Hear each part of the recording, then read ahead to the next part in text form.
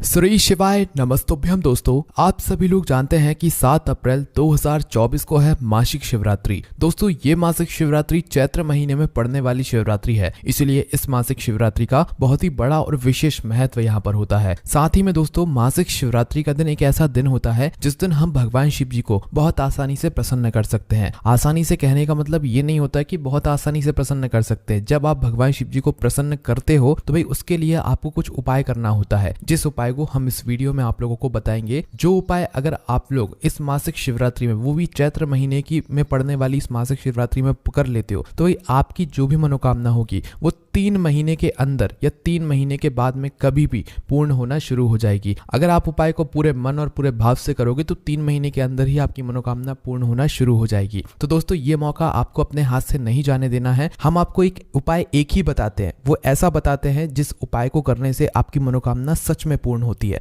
क्योंकि पंडित जी ये बात खुद कहते हैं और लोगों के लिए ये उपाय काम भी करते हैं। तो चलिए दोस्तों, जानते हैं इस मासिक शिवरात्रि पर, इस चैत्र महीने में पड़ने वाली मासिक शिवरात्रि पर आप लोगों को कौन सा उपाय करना है। तो दोस्तों, इस मासिक शिवरात्रि पर मतलब कि 7 अप्रैल 2024 को आप लोगों को 3 दीपक वाला उपाय करना है। जिस 3 दीपक वाले उपाय को करने से आपकी जिस भी प्रकार की मनोकामना होगी, चाहे कोई दुख और परेशानी हो, चाहे धन संपदा की कमी हो, चाहे घर में रोग और बीमारी हो, या किसी भी प्रकार की परेशानी आपके जीवन में हो, या कोई बड़ी और विशेष मनोकामना हो, तो भाई आप अपनी उस मनोकामना के लिए ये वाला उपाय कर सकते हैं। तो आइए दोस्तों, जानते हैं कि इस 3 दीपक वाले उपाय को आखिर करना कैसे है, किसको करना है और किस समय करना है। देखिए, सबसे पहली चीज आप लोग ये समझ लीजिए, ये 3 दीपक वाला उपाय करना किसको है। तो देखो, घर में से जो बड़ी माताएं बहनें होती है ना, उन माताओं बहनों में से कोई भी एक माता बहन इस वाले उपाय को करेगी। क्यों करेगी? क्योंकि इस उपाय को घर के सभी सदस्यों को नहीं करना है। इस उपाय को मात्र घर का कोई एक बड़ा सदस्य करेगा, जिस उपाय को करने के बाद उसके पूरे परिवार को इस उपाय को करने का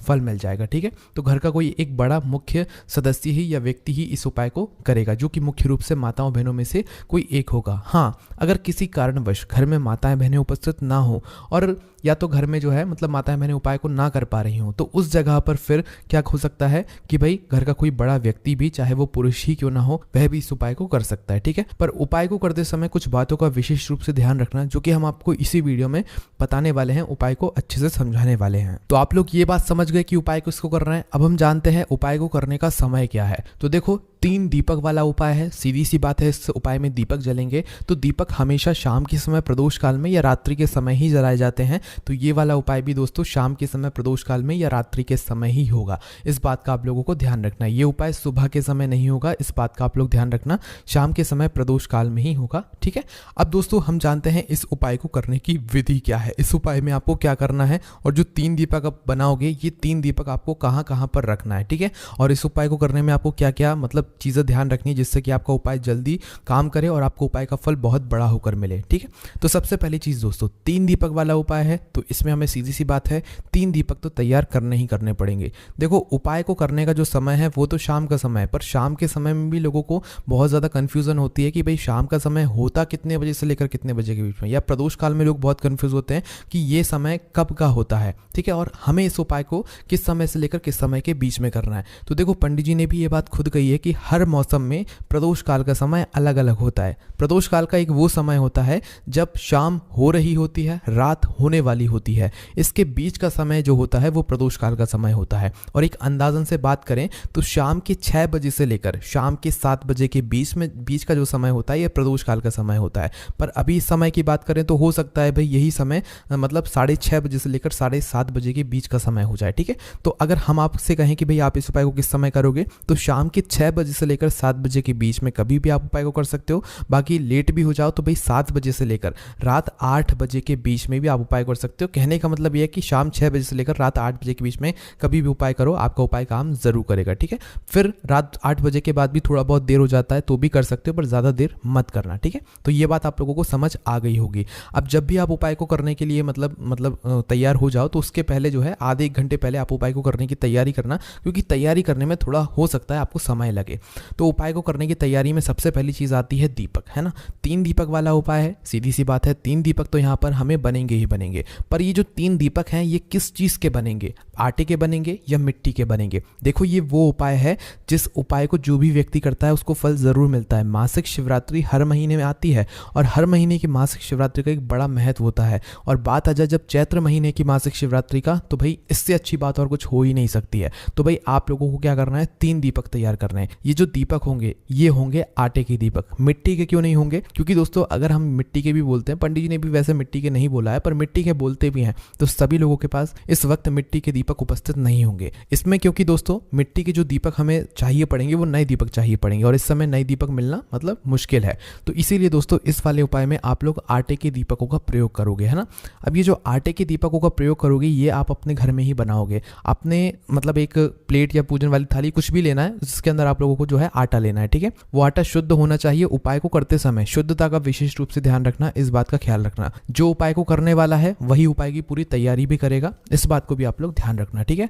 तो आटा ले लेना है, इतना आटा लेना कि आपके 3 आटे के दीपक तैयार हो जाए मीडियम साइज के। उस आटे के अंदर कुछ भी नहीं डालोगे, मात्र सादा आटा लेकर उसके अंदर पानी डालकर उसे गूंद लोगे, ठीक है। तो दोस्तों जैसे ही आप लोग ये आटा गूंद लेते हो उसके बाद आपका क्या काम रहेगा कि आप इस आटे से 3 मीडियम साइज के दीपक बना लो। देखो जितना आटा आपने गूंदा है ना उससे पूरे के दीपक आप लोग बना लेना, मतलब इतना इतना 3 भागों में वो आटा मतलब आप लोग बांट लेना और उससे फिर दीपक बनाना। उस आटे में से जो है मतलब वो आटा बचना नहीं चाहिए, उनके सबके दीपक आप लोग बना लेना, है ना। 3 भागों में बराबर बराबर आटा मतलब बांट कर उसके 3 मीडियम साइज के दीपक तैयार कर लेना।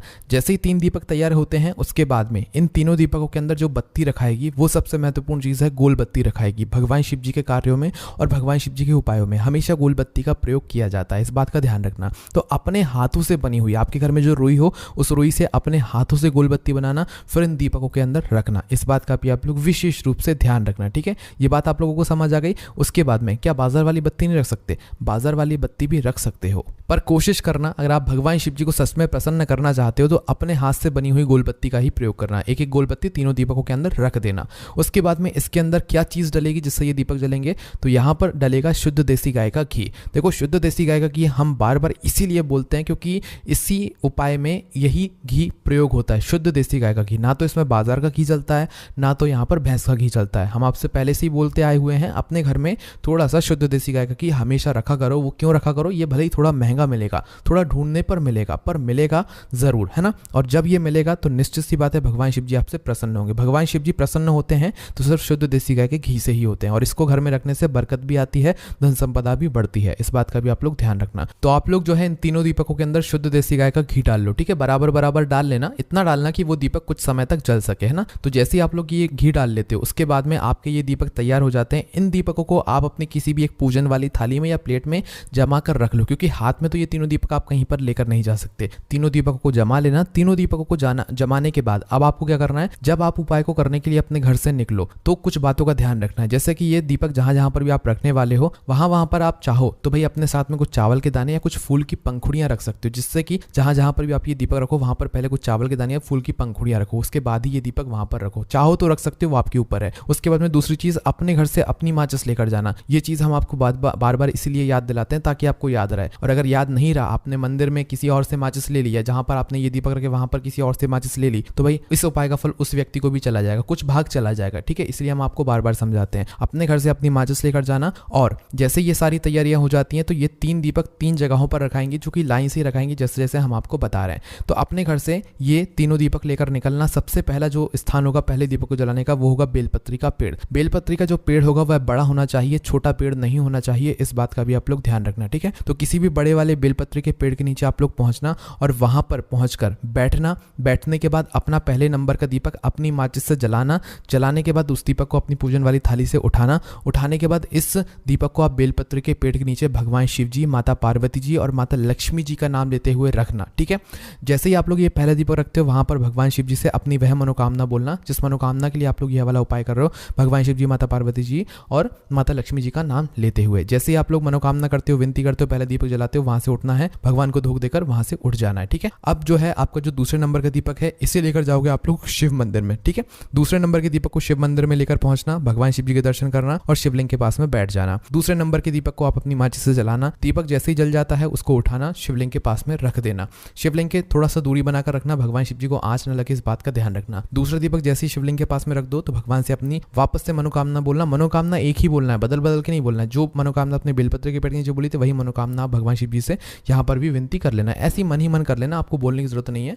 मन ही मन विनती करके आप लोगों को ये दूसरा दीपक रख देना है, ठीक है। फिर उसके बाद में जैसे ये दूसरा दीपक जलता है भगवान से प्रार्थना करके विनती करके उनको धो देकर वहां से उठ जाना और इस तीसरे नंबर के दीपक को जलाने के लिए पहुंच जाना आंवले के पेड़ के नीचे। जिस आंवले के पेड़ के नीचे जाओगे ये आंवले का पेड़ भी बड़ा होना चाहिए, छोटा नहीं होना चाहिए, ठीक है। उस बड़े आंवले के पेड़ के नीचे पहुंचना, वहां पर बैठकर जो है आप लोग अपना तीसरे नंबर का दीपक जलाना। उस दीपक को जलाकर आंवले के पेड़ के नीचे भगवान से प्रार्थना करते हुए उस दीपक को रख देना। जैसे ही आप लोग अपना वह दीपक रखते हो तो भगवान से हाथ जोड़कर आप प्रार्थना कर लेना, विनती कर लेना, आपकी जो मनोकामना है वह बोल देना और वहां से उठ जाना। अब ये तीसरा नंबर का दीपक जैसे ही आप लोग लगा देते हो आप सीधा अपने घर पर जा सकते हो, आपका ये उपाय पूरा हो जाता है। इस उपाय को करने के बाद दोस्तों कुछ ही समय के अंदर, वैसे पंडित जी ने बोला हुआ है कि 3 महीने की मासिक शिवरात्रि पर अगर आपने ये वाला उपाय कर लिया तो आपकी मनोकामना जरूर पूर्ण हो जाएगी, ठीक है। पर उपाय को आपको करना पड़ेगा 3 महीने की शिवरात्रि को। और वहीं अगर आप चैत्र महीने की इस मासिक शिवरात्रि को करते हो तो भाई ये बहुत ही अच्छी बड़ी बात है और बहुत ही अच्छा मौका है आप लोगों के पास भगवान शिव जी को प्रसन्न करने का। तो दोस्तों यहाँ पर ये वाला उपाय पूरा हो जाता है।